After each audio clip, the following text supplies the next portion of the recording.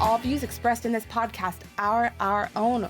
We are not financial planners, investment advisors, or tax advisors. The views that we have on this show do not necessarily reflect the views and opinions of the people who sign our paychecks.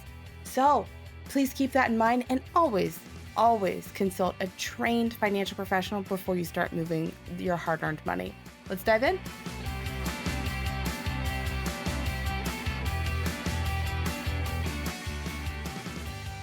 So this is our last recording for the season.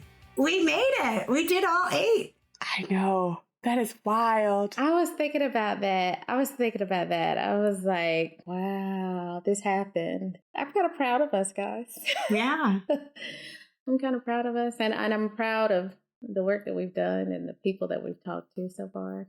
It's a good start. Leah, I really like what you did with the story arc or the episode arc of the season 2, starting from our home base of what is community investing and getting outside the realm of CDFIs and into what are other pieces of this? What are other pieces of the structure that we're talking about? I did not fully appreciate that when we started, but as we've gone into it and listening to you and Ebony say, well, let's talk about this next and let's move this episode over here because this will round out this arc. Oh, that's so smart. And that makes so much sense. If I had any contribution there, it was because we were all discussing it together and kind of flowing through it. So I think it was a joint brain power kind of curation. Absolutely. Yeah. No, for real though. Like for real, I think we didn't know what we were doing at the beginning because we'd never done it before. And then we had a couple under our belt, but we did that together. So Andrea, tell us a little bit. I know that you were the very first one to meet Steph. What was it about her that really, fascinated you or intrigued you? She is one of those people who is so smart and dedicated and thinks on such a bigger level and yet also in the weeds that it takes me a minute to catch up to the speed at which her brain works and her passion for how do we invest in communities? How do we think about this differently in a way that works? How do I connect different people who want the same thing but don't have the right plumbing through which to act? How do I get them all connected? And that just spoke to me immediately. But she's just a really awesome person who's very dedicated to community investing. And she thinks about it all the time. Like she's all in all the time. But we're COVID buddies. We've never met in real life. So we talk a lot. We talk about CDFIs a lot. And we talk about community investing a lot. But we've never met. So I'm really looking forward to someday being able to meet her and give her a hug. I love Steph as well. One of the things that connects me to her is I feel like I'm a lifelong learner. I'm a geek in that I like learning, and she's a geek in that she loves teaching. She's an educator at heart. I think we naturally connect. I'm working with Steph on a project that I'm really psyched about around working with diverse managers and encouraging institutions to work with diverse asset managers and recognizing that that is a very powerful way for you to also make a difference in various communities. And, diverse can look a lot of different ways. A lot of times people often assume diverse means, race. But in this sense, diverse can mean, women and gender. Diverse can speak to LGBTQ status. Diverse can be, geographical. But really thinking about the type of people that you're working with when it comes to investing the funds that you do have can really make a difference in where this money is placed. And so I'm working with Steph to figure that out and encourage people to do the same. I'm kind of excited about it. It's something I haven't thought about, and it's a way to really shift some money. It's always striking to me that of all the assets under management in the U.S., 73 some trillion, 98.6 are managed by people who identify as both white and male. 98.6. Diversity of asset management. To me, it's so critical because if you don't have experience of what an impacted community lives through, how they think about money, how they've been boxed out, how they've been included, how do you make decisions around assets that flow to people who've been chronically boxed out of mainstream finance? And with that much money being managed by 98.6%, that's critical to me. So I can't wait to see what you all do with the diverse asset management work. Oh, yeah, me too. So let me point out by saying Stephanie Gripne does everything under the sun. Mm-hmm. She does so much. And maybe this will be helpful for me to provide a bit of background information about who she is, and she can elaborate a bit more on the work that she's doing around investment clubs. But, I think one of the coolest things about Steph is that Forbes magazine lauded her as the Steve Jobs of impact investing. I mean, really? How higher of a compliment can you get other than that? Dr. Stephanie Gripne is the founder and CEO and the creative force behind major things such as the Impact Finance Center, Colorado Impact Days, Impact Investing Institute, and Rocky Mountain Who's Who and Impact Investing.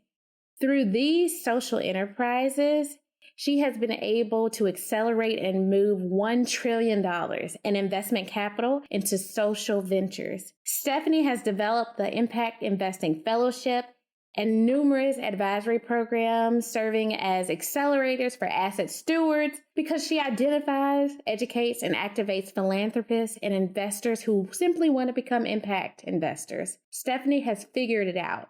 She is really connecting the dots. She's standing in the middle, and she is showing people exactly where to give and how they can make a difference with those dollars. In just 5 years, Steph has positioned the state of Colorado to be the leader in impact investing and has been a successful pilot for the national impact investing marketplace. Listen, I know that I just went on and on about, some of the things that Steph did, but that small biography is just a small snippet of the impact that Steph is having across this country. And I'm super excited to talk to her about it. This is Andrea Longton. This is Leah Freemal. And this is Ebony Perkins, and this is Renegade Capital. And today we are talking about standing in the middle, connecting impact investors with investment opportunities.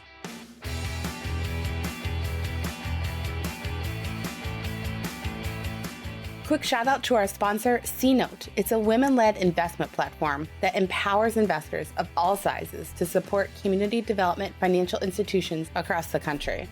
I love C-Note because they've always been invested in market education, teaching people about how they can move their money into local communities. Learn more at mycnote.com. That's mycnote.com.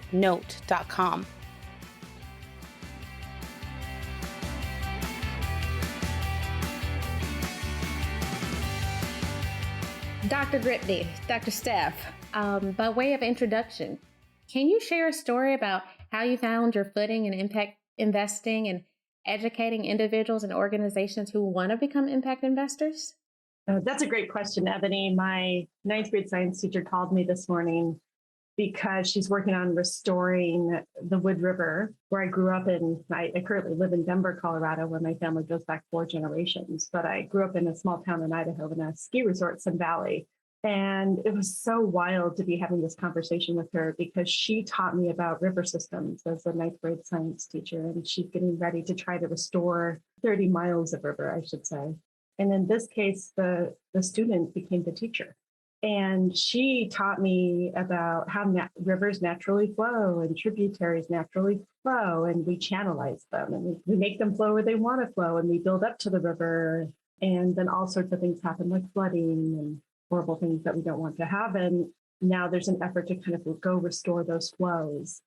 I now call myself a restoration ecologist in the financial markets. And I was trying to explain to her how we as a middle income person have different flows of money, just like rivers. And it used to be one flow of capital, and we've broken it into the money we put into the stock market, through our 401k and our IRA. We've broken it into money we might lend a friend or a family member at a low-cost loan at 1%, 2%, or 3%. We've broken it into money we donate. And that if we actually go through the same restoration process and take out these artificial barriers of how we break our capital into these different flows and bring them back together, all of a sudden we can have the money we need to actually restore the river and build community wealth. And so when I think about how I got my footing, I've been driven since I was a teenager growing up in central Idaho, in the mountains of central Idaho. And there was always this war between jobs. I used to work the river guides.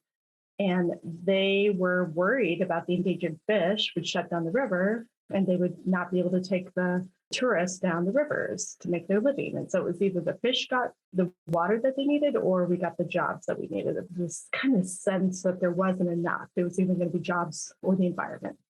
And I knew in my heart there was enough money.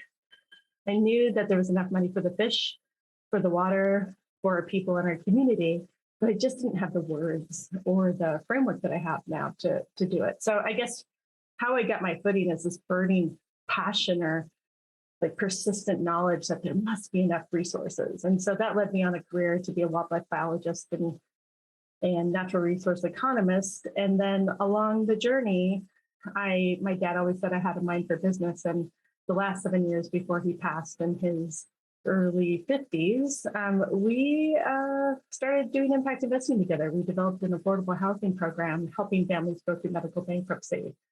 So we bought 10 houses, and my dad was a mortgage broker and a real estate broker. And we could cobble together $5,000, $6,000, $7,000, $8,000 to buy a $120,000 house in a small town of Lander, Wyoming. And he came home one day and was like, Steph, there's all these families that had good credit.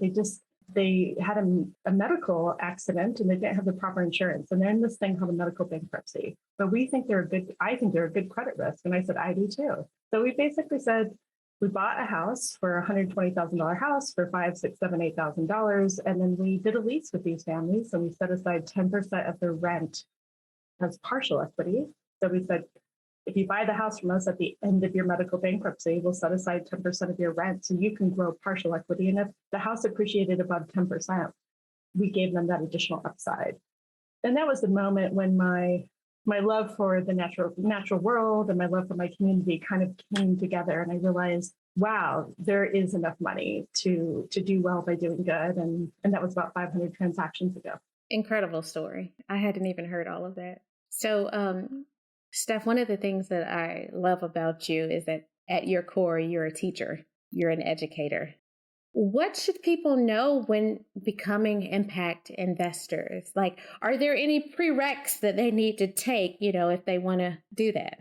Yeah, it's a really interesting story. I shared a Mary Oliver poem today at Geese. It's not very long and it's worth sharing. It's called Wild Geese. You do not have to be good. You do not have to walk on your knees for 100 miles through the desert repenting. You only have to let the soft animal of your body love what it loves. Tell me about your despair, yours, and I will tell you mine. Meanwhile, the world goes on. Meanwhile, the sun and the clear pebbles of the rain are moving across the landscapes, over the prairies and the deep trees and the mountains and the rivers. Meanwhile, the wild geese, high in the clear blue air, are heading home again.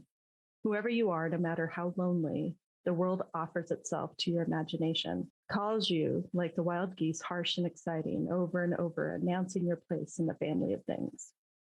And oftentimes when I'm teaching impact investing, I'm teaching a wealthy family in Tennessee, and the family's complex.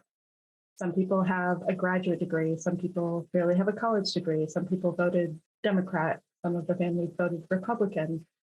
And when I explain impact investing to a family like this, I say, listen, people say it's complicated and hard. I said, it's not that complicated. And I talk about how their grandfather and father did relationship investing a long time ago. And then there was a beautiful picture of the grandfather saying, do more positive things in Memphis. And I said, do you know what impact investing is?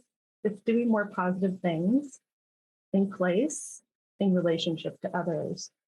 And Wall Street made it really complicated. But to Mary Oliver's point in the poem, it's just going back to the good old fashioned days of the good parts of us and being in connection to one another and saying that every dollar we have, it's energy. And when we go buy something at a grocery store, when you buy something at a local market, that's an impact investment. And you're deciding about how your energy, your labor, who you value. And there's positive impacts and negative impacts. And we would be all better off if we could just take a step back, get back in our bodies and go, here's my money, my resources that reflect myself. The money I give away is an investment with a negative 100% financial return, attempting positive impact. And all of my investments have impact, positive and negative. And what can I do to help bring that money back together to make sure how I live my life is reflected with my money? Steph, can you go back to that point you made about, that family's grandparents made relationship investments or investments based on relationships? What do you mean by that? I did one of these the other day. There's a young leader, a dreamer, Ricardo Roca. He leads an organization called Bedevils that grew really quickly during the pandemic. And his organization does last mile delivery to food to vulnerable individuals.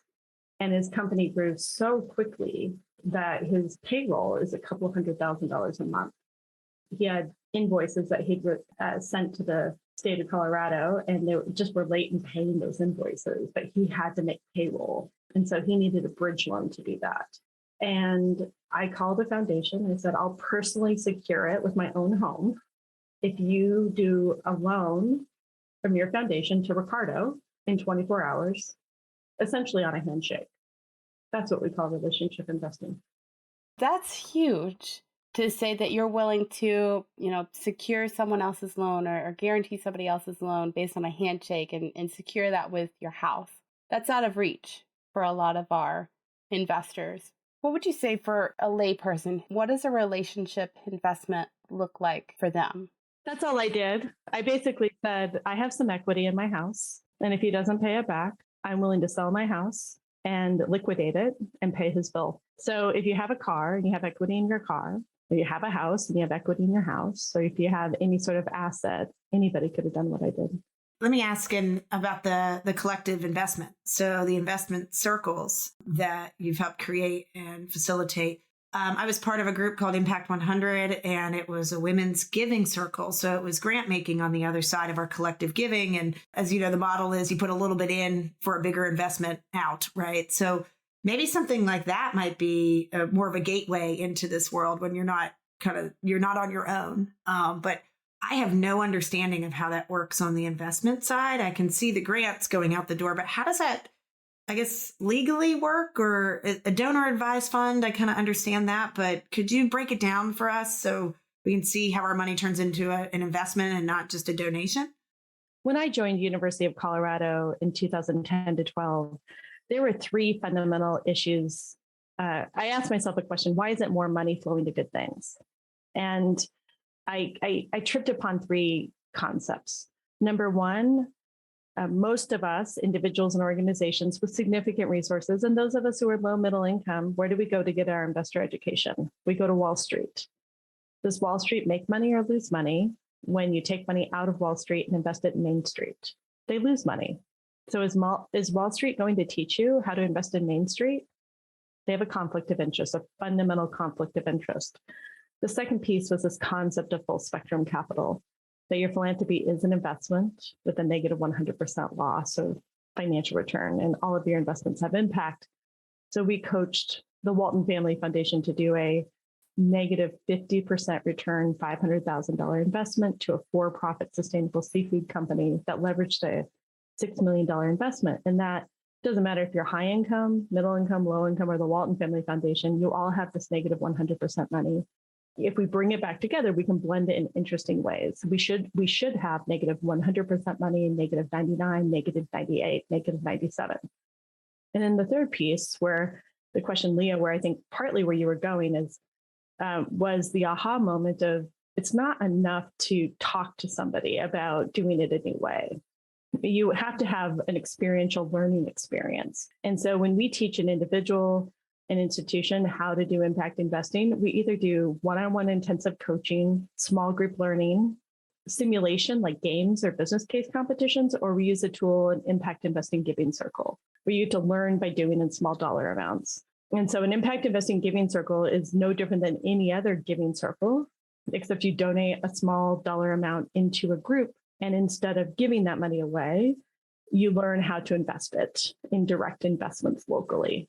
And so it's functionally the same thing as a giving circle. You're not going to get the money back. You get to figure out what you're going to invest in. We've done 2 of them with the Women's Foundation of Colorado. We've sourced over 100 impact investments each time we've done them, projects, nonprofits, small businesses, startups, and funds. And we've also basically helped educate and train 30 to 40 women on both times to do these transactions. And so they get to participate for $2,000 and learn by doing. So what makes an investment and not a grant? outside of it being a for-profit or nonprofit. If I'm not earning a return, which I guess from where I sit, that's when I say donation, I'm giving it away and I don't expect anything. When I say investment, in my mind, I should be expecting some sort of financial return. So a couple of things.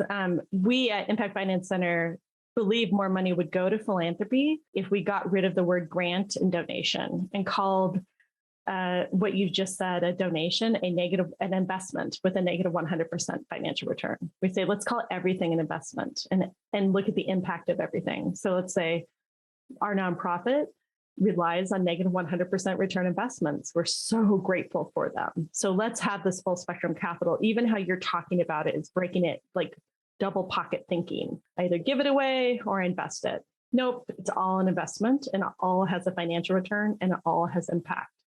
In the case of an impact investing giving circle, it's a learning tool.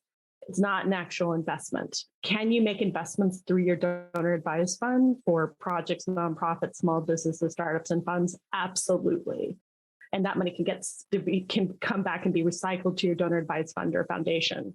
So it is an investment from that perspective. You're pooling an investment. And so in the case of the Impact Investing Giving Circle at the Women's Foundation of Colorado, we think of it as an experiential education class. But unlike your other Impact 100 giving circle, that money is coming back to that pooled donor advised fund. And so every time we do it, it keeps growing and we have more money to keep investing. Can I repeat it back to you and just to make sure that I understand, like almost like a Rosetta Stone of translation across it, where a negative 100% return is what traditionally we might call a grant or a donation. So you are giving an organization $100 and you do not expect any of it back. That's a negative 100% return versus in what we might call, I'm just going to do Rosetta Stone for grant and loan, where a loan, let's say if it's a 0% interest loan, is a 100% return? No? Okay. No. Yeah. So let's walk it down really slowly. So let's say and in fact, all three of us here, or four of us, have three buckets of money. The money we would donate, the money we'd lend a friend, and the money we would have in the stock market. And let's just keep this really simple. Let's just talk about $100 we would donate and $100 we would have in our IRA or 401k.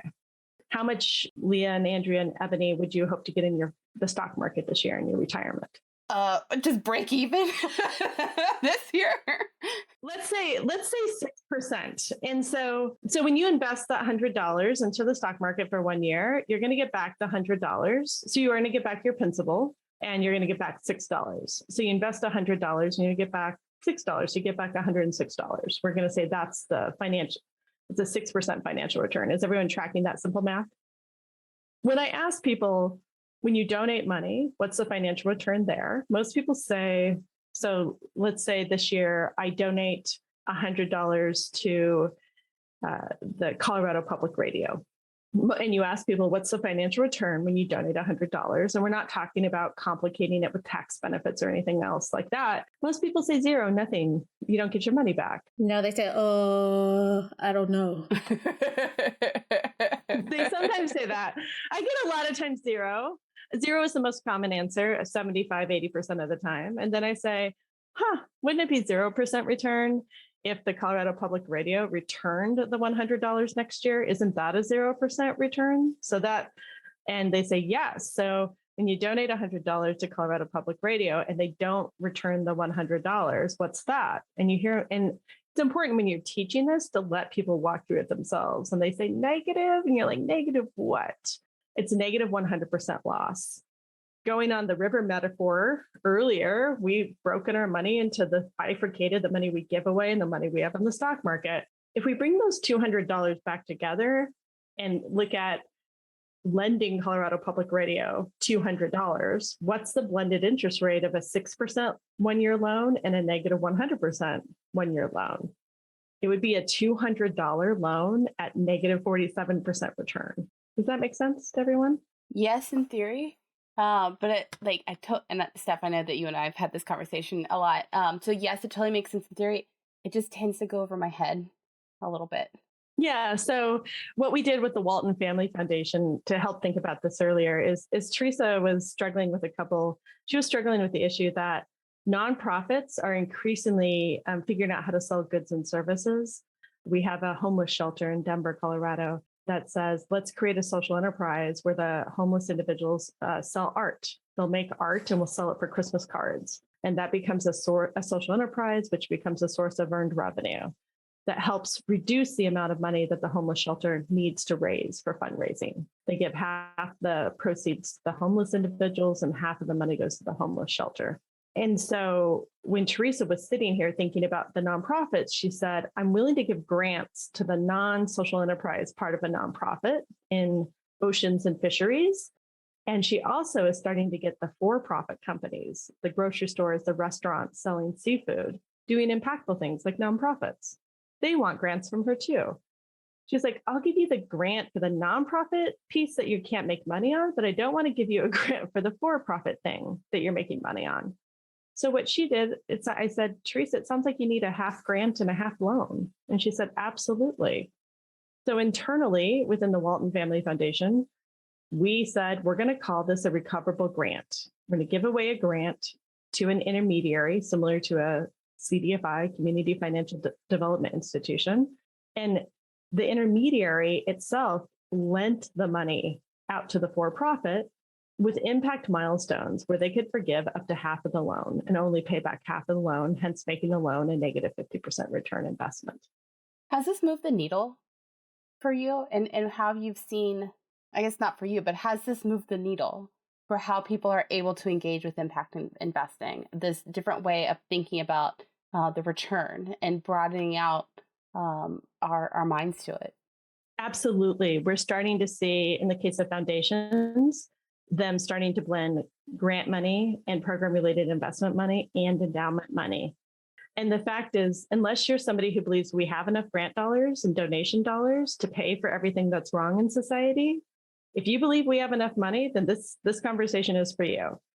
If you don't believe we have enough money, then we have to figure out how to use that money to unlock the 95% of the rest of the money. And this allows us to unlock the 95% of the rest of the money. And so, yes, it's complicated. Yes, it's hard to get your head around. But it's essentially saying, why are we breaking our money up into three buckets? What if we bring our money back into one bucket and think about it holistically? If we do that, it turns out you can get a better financial return, better impact, and better risk. Did this play into how you were able to work with the native CDFIs during COVID? Absolutely. One of how we got connected to a.k.a. Corporation was we do investor training.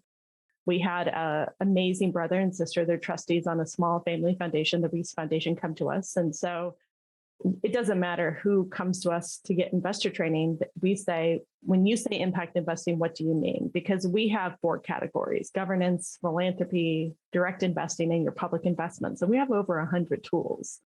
And I've learned now I can't really predict where people want to start their impact investing journey. And it doesn't really matter to me.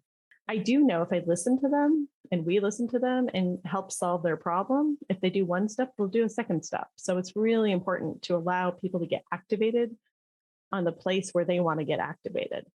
This particular brother and sister said, we'd like to do our first loan, direct loan from our foundation ever to a nonprofit. And the sister said, I want to support Indigenous communities. And the brother, who'd been at the Ford Foundation for over 2 decades, said, I'd like to pick a.k.a. Corporation. And they started the conversation and said, Stephanie, we're thinking of a $50,000 grant and a $100,000 2% loan from our foundation for a.k.a. Corporation. And I said, you're amazing, because normally I have to teach an investor that the CDFIs, or the nonprofit lenders, in addition to the money they lend out, they also need money for their own operations, their own technical assistance, their own loan loss reserve. So you're already ahead of the game because you're pairing the loan money with a grant, a negative 100% return investment.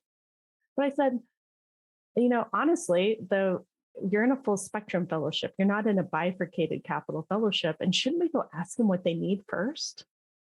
And the brother and sister are like, oh my gosh, Stephanie, absolutely. Turns out a.k.a. Corporations in Colorado, this is pre-pandemic, They said, drive on up there, introduce yourself to Crystal and Crystal, put us on Zoom, have an open-ended conversation, explain full spectrum capital, ask them what they really need.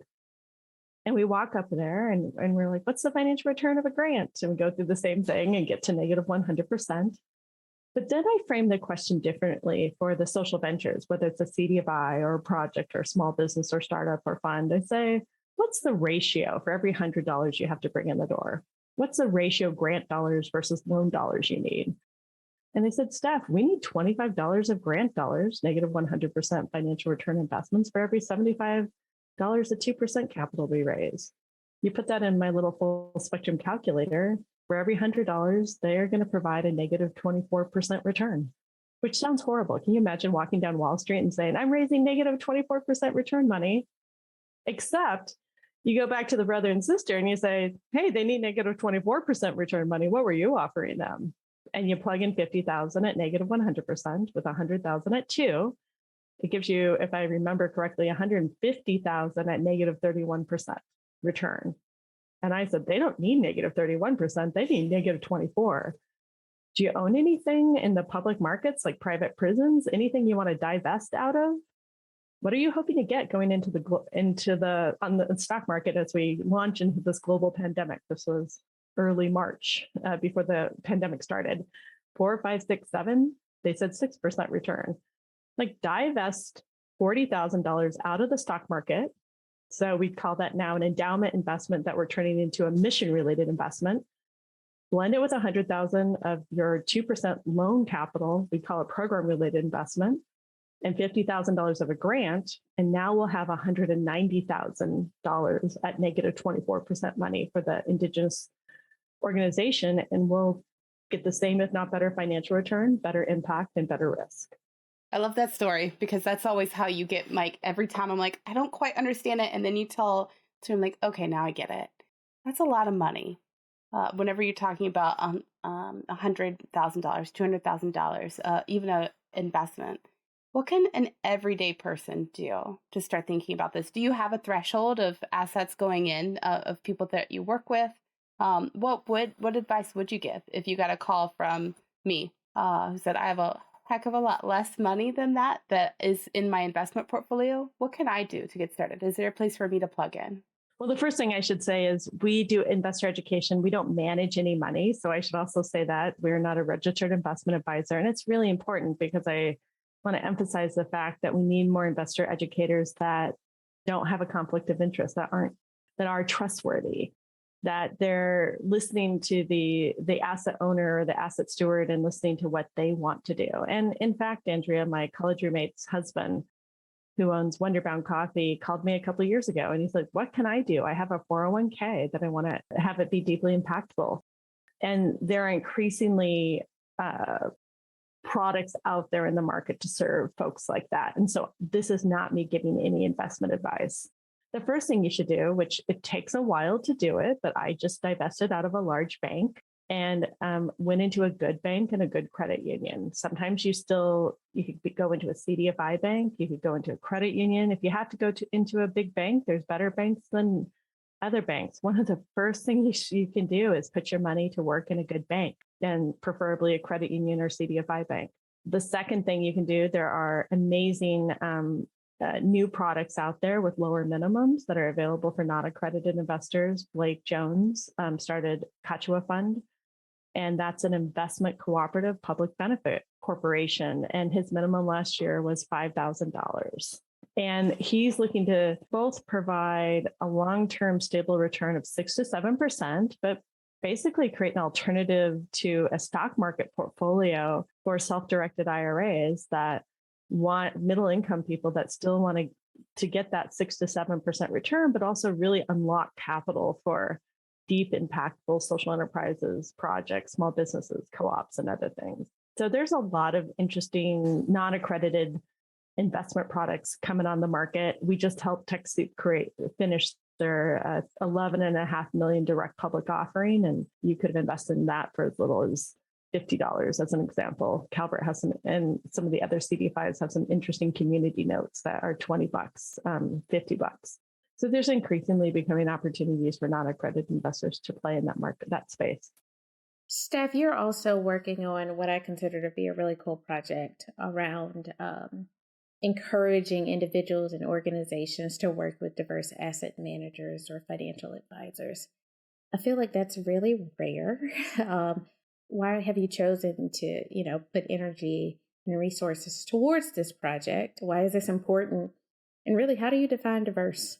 Oh, diverse. I define diverse as all the diversities. So I would say women, people of color, LGBTQ plus. We've recently discussed Ebony veterans, other abilities, people that just aren't in the mainstream.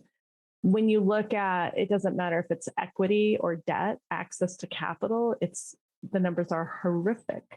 Venture capital, they just increased access from venture capital from 2% to 3%. People of color get less than 1%. The most likely person to start a business in the United States is an immigrant. The SBA lending for women is at 18%. So the very people who are starting the businesses that actually provide the jobs that run this country are literally locked out of the capital markets. And it turns out we invest in people that look like us. And there's that old adage, it takes money to make money.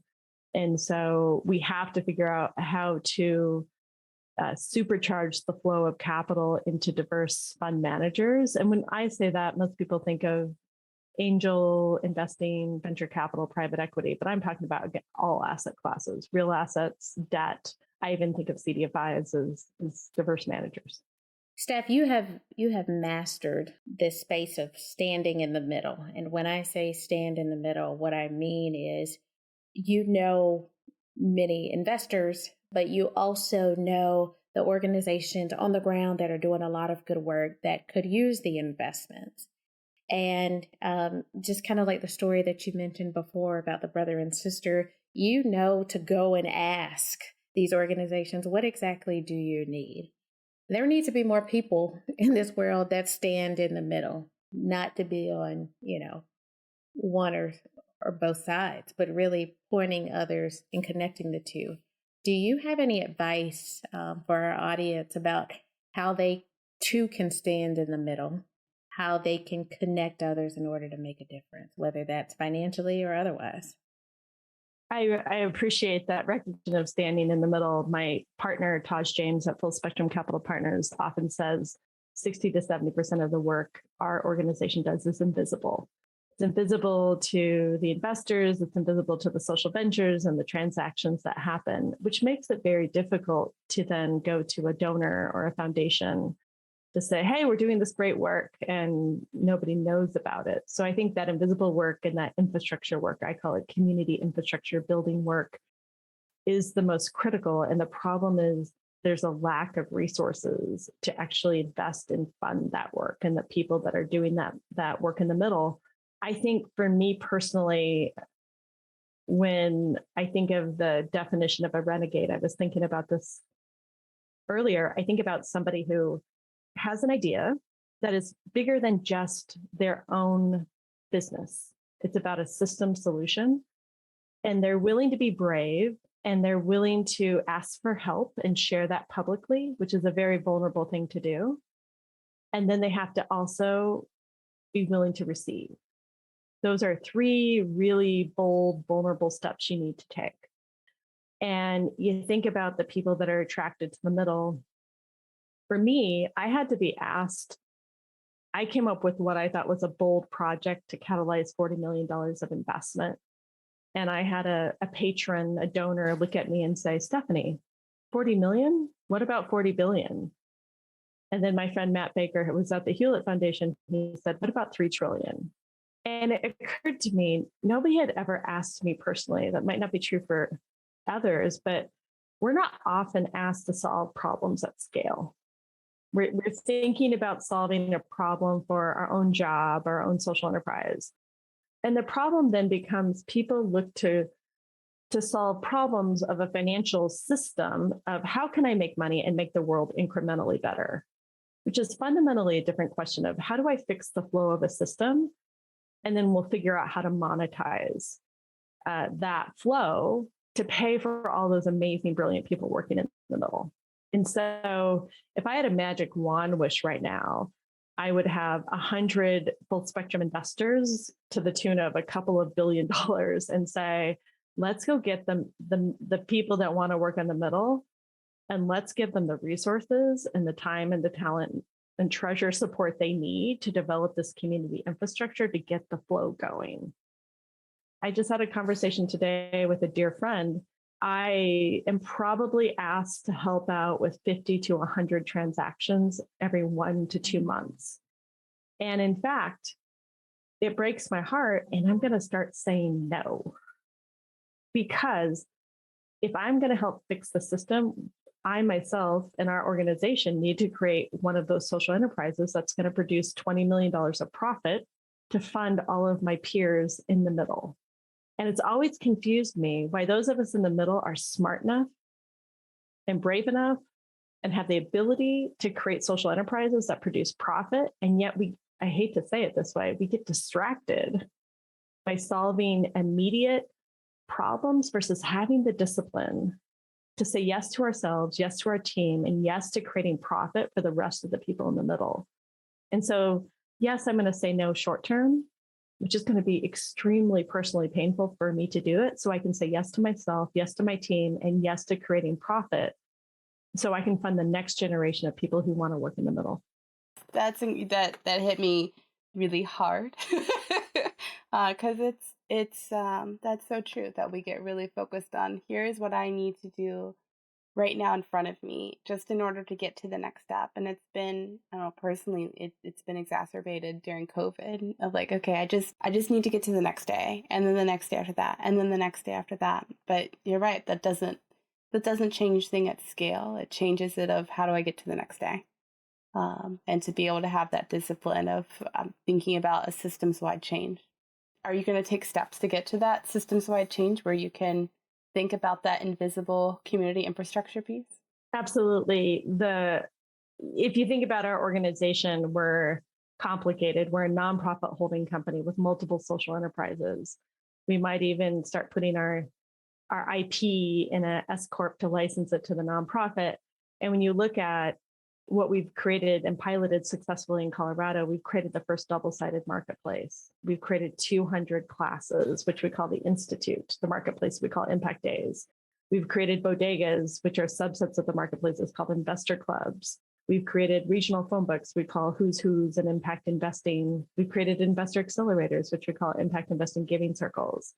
You take that at community infrastructure and partner with other community systems infrastructure entrepreneurs like Looney Libis and Taj James, and all of a sudden you have a multiple social enterprises that can produce capital.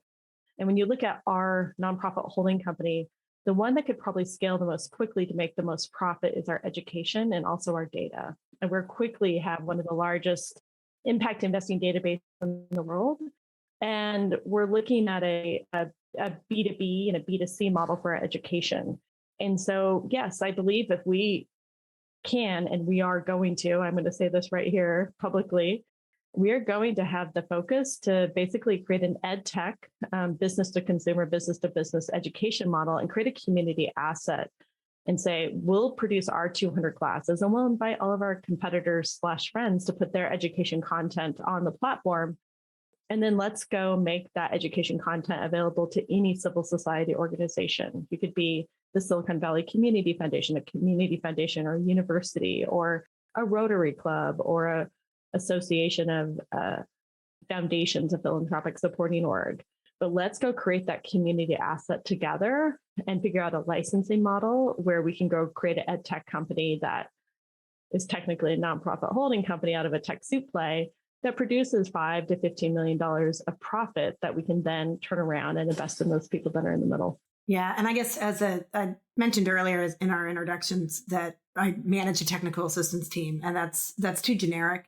What we do is ecosystem work and ecosystem building with the eye of access to capital. And so if it is convening a foundation, a town manager, the developer to get this hotel project off the ground, et cetera, the communities in the state of Virginia that have kind of successful kind of turn, if you will, have an organization or a person eating, sleeping, breathing that ecosystem work every day. Everything you're saying about the human capital and supporting that work is near and dear to my day to day and my heart. So yes, thank you. Build that, and we'll get it done. So look at a state like Massachusetts or New York or California. They have 1.1 millionaires. Colorado has 140,000 millionaires. I'm not sure how many millionaires are in Virginia. A lot. But we're cataloging the sources of capital in the state of Colorado with a family office I'm working with right now. And there's easily $500 billion of wealth. Just 1% of that wealth going out of Wall Street to invest in Main Street's $5 billion that CDFIs can leverage to the tune of $15 billion and banks can leverage to the tune of $50 billion. And yet we don't equally invest in training those individuals and institutions to invest in Main Street as we do the intermediary structure and the organizations to receive that capital. So I'm super excited. The state of Colorado, to my knowledge, is doing the first state-sponsored investor trainings for individuals and foundations and family offices. And we're going to do it around employee ownership. But I have several other states kind of watching us to see how this works. And the fact is, every single state needs to be having a really robust investor education training program. Yeah, I think, at least from my experience here and with foundations being kind of the primary stakeholder, it is the education part that is either missing completely or has taken a long time for the investment committee of the foundation to be comfortable to do PRI or to do their first participation in a loan. And so it can never be underestimated how important that investor education is. So.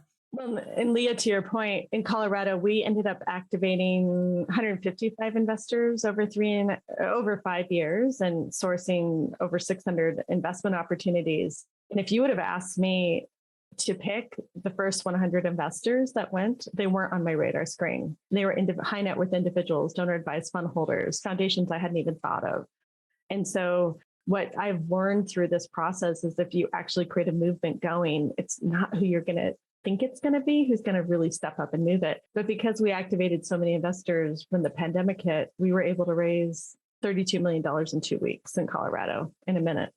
So Steph, if our audience, if they're as motivated as we are, what can they do? How can they join you? Where can they learn what you have to share? Well, one, I'd be happy to extend a free masterclass to our Impact Investing Institute for anybody that's listening to this podcast. And so we'll get the information out to you to be able to figure out a code or something we can share that with. But we have... Oh my gosh, our first discount code, guys. We have 83 recorded webinars, and we're partnering with Antoinette Klotsky, Eileen Fisher, and we've been asked to develop the education curriculum for Silicon Valley Community Foundation to have some large foundations that are looking to invest in us to take those, call it web recordings, and produce a mass marketed education course and premium level courses that we hope to then license into corporations and community foundations. So yes, we have the 83 recorded webinars, and we'd be happy to give a 1-year discount to anybody listening to the podcast. We'll work with our team to get that discount and figure out what part of the system you care about and learn about how you can solve that system. It's pretty simple. And there, like I said, we have 50 to 100 recordings you can already watch right now and figure out what excites you. You're awesome. Thank you so much. This has been great. Absolutely. Well, Steph, we promised you only an hour, and we are at the hour mark. So thank you so much. And I'm truly grateful. Absolutely. It was a true joy.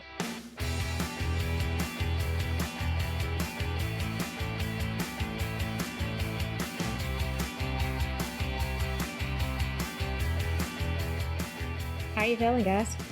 I want to know what you think, Leah, because Evan and I have met Steph before, and this was a new introduction for you. What are you thinking? Why is everybody laughing? So I think it's amazing to have 100 tools, and what really resonated with me is the listening and meeting the investor where they are and having a suite of 100 tools and baked tools, not just ideas and we'll go figure it out. Like they have been doing the work and have been evolving and innovating. getting there, I was like, okay, like I'm tracking, because the negative investment and the language around that, once you broke it down, it's with the giving circle as an example, it still functions as a grant. But it's how she's framing it. And so I was curious, I had written this down, but Andrea, you asked the question, because when she said it like that, I'm like, oh yeah, well, I think messaging and marketing it as an investment is a different experience for someone to come to the table with their money. So when you asked kind of the benefits of reframing it in this way, the investment language and the ROI or the negative ROI, I could start to see kind of from the 20,000 foot view. I think that's why the education piece is so important, because it's not something that, especially if you have experience in that world, it's going to be hard to unlearn. Well, that's just a grant. And this is a loan. I mean, functionally, sure, but reframing it and messaging it in the way that she did, and that it's working to do that. She's getting new people to the table and getting money into communities. And so I had to follow that very closely. Still not sure. I'd probably want her to walk me through that math, just so I could understand it and kind of scribble along with her. But I think conceptually I get it, and clearly it's having an impact both at the financial way and in the community. So, and then it reminded me a lot of some of the stuff that there's a subsidiary at VCC that focuses a lot on impact investing and working with foundations and high net worth individuals to do PRIs and participations in projects. They also manage a guarantee pool. So CDFIs actually get underwritten and then apply up to use this guarantee product to then offset their risk to do more lending in climate change and affordable housing. So, I mean, if we had 3 hours, I would have been like, okay, let's talk about a guarantee pool. How does that work? Do you guys have one of those? So, because I think just the impact investing space, generally speaking, we're getting folks like Stephanie and Kat and the folks at Locus that are just like thinking at scale, 5 years from now, how do we get our communities here? And then they're able to kind of draw that through with the money. And it's so impressive. Yeah. Every time I talk to Steph, we go through the negative, positive, and you're right. Like she has to unlearn it from my head every single time. And then I finally click, but it must be like 10 times that I've had that conversation with her. And every time I go, wait, I don't quite follow. And it's only like whenever she goes through the example, like, oh yeah, that totally makes sense. And it challenges me because we have all been trained in that traditional, here's this bucket of money, here's this bucket of money, there's this bucket of money, and you think about them separately. And it challenges me to unlearn what I have been taught to think about in different ways. Because when she talked about a foundation who mixed money from an endowment, from a mission-related investment side, and from a grant side. If you've never worked with a foundation before, those are like, you cannot mix. It's different people with a very different culture within each one of those buckets of money. And like, I don't know if they talk to each other. And so if she's able to like bring down those walls to make an impactful investment, it tells me there's a there, because that's one of those like, this does not mix.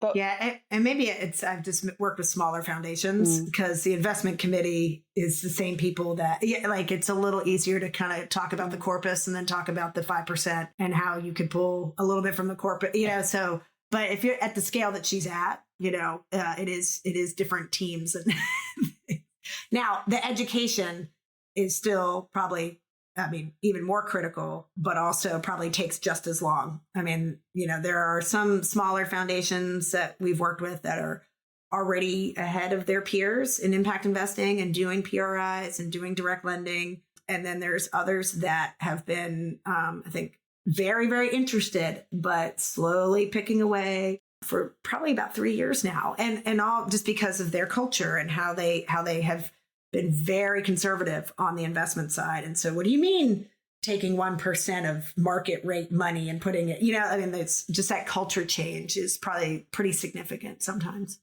What stood out to me was whenever she drew us out of the like individual investments and the dollars and the calculator and into how do we do this at scale? How do you pull away from yourself, from your organization, from that immediate next step? And how do you think about an entire ecosystem that thinks and breathes and calculates differently? and talks to the community, say, what is it exactly that you need? Like, let's not make assumptions about what you need. Let's go ask you, what do you need? And then go talk to the investor and say, this is what they need, but let's go talk to them together and figure this out together. And how do we invest in creating a culture around that? Because often nonprofit culture is, it's nonprofit. So you don't have that extra money to invest in this community that, let's say Wall Street, pick on Wall Street. Wall Street has huge profits that they can use a portion of to invest in their community and build a culture and invest in people and talent. Whereas in nonprofits, you don't get that as much. And so how do we create that ecosystem? That one really struck me, of how do we pull out and have the discipline to think about things at scale, and not just our industry, not just our organization, not just myself, but for the entire, how are we moving money in this country? If we isolate it to the United States, how are we moving money in the United States, and how can that look and think differently? One thing that really stuck out to me at the beginning, how Steph was introduced to this work, and it was through her dad. It sounds to me like this was before impact investing and socially responsible investing was hot. And they used what they had. They used their, like she mentioned that he was a broker, a mortgage broker, real estate broker. But he decided that he wanted to do something to support families that were impacted with medical debt. And it's like, he just started with what he had. He started with the skill set that he had built, and he was like, okay, what can I do in order to make a difference? I respect people like that. She was introduced to it by her father. To me, it's kind of like, he planted a good seed in your brain, and just to acknowledge, what each of us can do to pass this message and this value on to others, whether it's children or not. It's just, one, make sure you pass it on, and two, don't think that you have to go out and have all these prereqs. You can use what you have in order to make a difference, which I really like. And I have to say, she lives, it was even just clear in this interview that she lives and eats and breathes every piece of those values and that commitment, because her example of the gentleman that she provided a guarantee for on a handshake, I don't know that many people that would do that, even if they're, even for a neighbor with and I'm thinking about, a small business that I know in Richmond, and, so I have some real estate, and would I be a co-signer on a lease for this gentleman for this new, and it never came to an actual decision, but I don't even know that I would have put my name on a lease, not knowing this person that well, but being, that's really putting yourself into the work 100%, or into the community 100%. Would you all do it? No, that challenged me. It was like, I had almost a flippant response to it. And sometimes my flippant responses are like too flippant to get at a question, but that was a really? Yeah. So short answer, no, I don't think I would do it. It really challenged me. No, the first thing that would have come to my mind, well, do you need a donation? What do we need? Equity in my house, man. I just got this thing. You for real?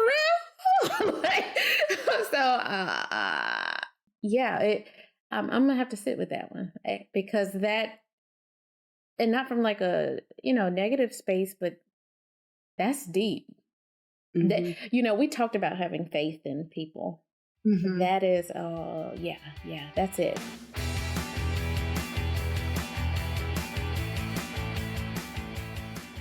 Do you like listening to Renegade Capital podcast? Great, we are here for you.